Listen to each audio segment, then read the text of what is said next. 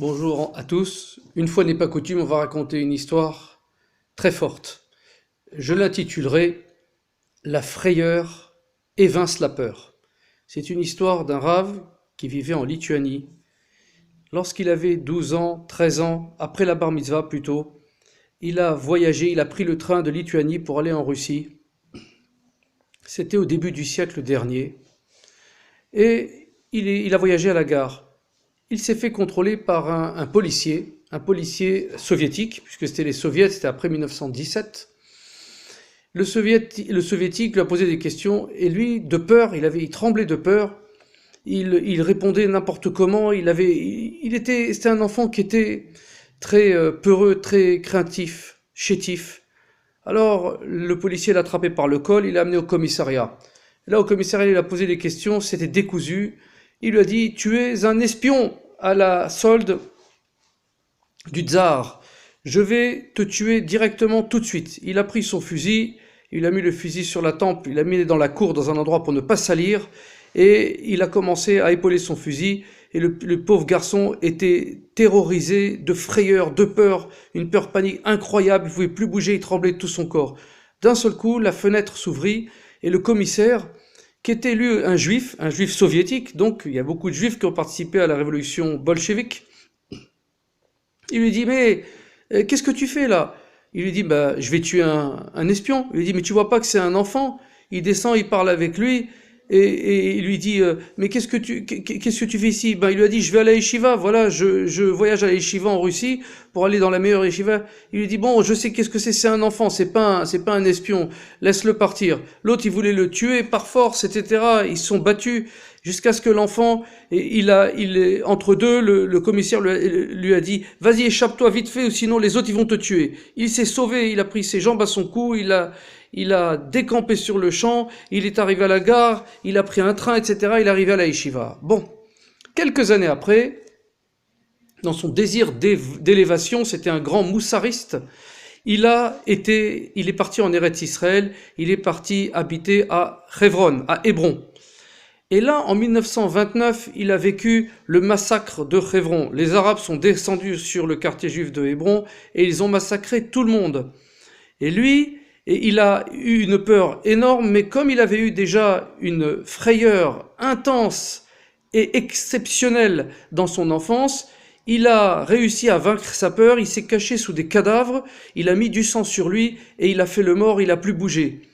On voit que la frayeur a chassé la peur. En vérité, cette frayeur initiale lors de son enfance n'était qu'une bénédiction, ce n'était pas une malédiction. Deuxième question, comment on peut chasser la peur par la peur? En fait, c'est la vraie question. Eh bien oui, le peuple juif, dans ses pérégrinations, Dieu, à chaque fois, lui a fait surmonter de grosses peurs. Et grâce à cela, le peuple juif n'a plus peur. Et donc, Baruch Hashem, il est retourné sur sa terre, il a reconstruite. On va raconter une deuxième histoire, l'histoire en Lituanie, dans un petit village. C'était le jour de la fête de Sukkot. Et le jour de la fête de Sukkot, il y a un juif qui sort dans la rue avec ses arba minim, ses 4 espèces et son talit. Là, d'un coup, les nazis rentrent dans la ville. Et lui, tout guilleré, en chantant, il marche dans les rues.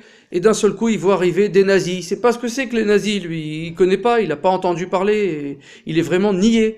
Et le colonel nazi à la tête descend de sa voiture. Il prend son Mauser, donc son pistolet, et il le braque sur la tempe du juif. Et le juif, il le regarde, il comprend pas. Il est tout innocent, il comprend pas. Et d'un seul coup, une fenêtre s'ouvre. Et il y a un Lituanien, Imarchemo, un nazi, pire qu'un nazi lui-même, qui commence à insulter le juif et à dire à l'officier nazi en lituanien, descends-le, ce sale chien de juif, descends-le.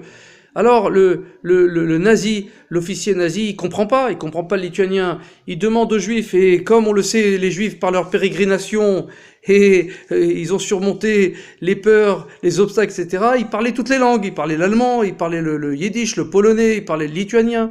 Il lui a répondu en allemand, non, il est en train de t'insulter, il est en train de dire que t'es un sale chien de nazi, d'allemand. Alors le colonel, il rentre en fureur, il dit, toi tu restes là. Et il monte dans les escaliers, il rentre dans la chambre et il entend les coups de feu et il a tué le Lituanien.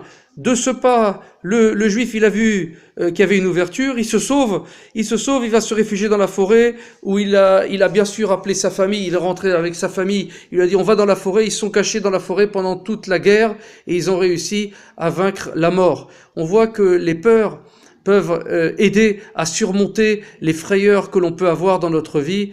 Puissions-nous, Hachem, nous aider à voir tout dans le sens positif, c'est-à-dire, comme on dit, Gamzul et Tova, que tout est fait en vérité pour le bien, que nos petites peurs soient des cataplasmes qui permettent une guérison à nos grandes peurs et nos grandes frayeurs. Baruch Adonai Leolam, Amen ve Amen.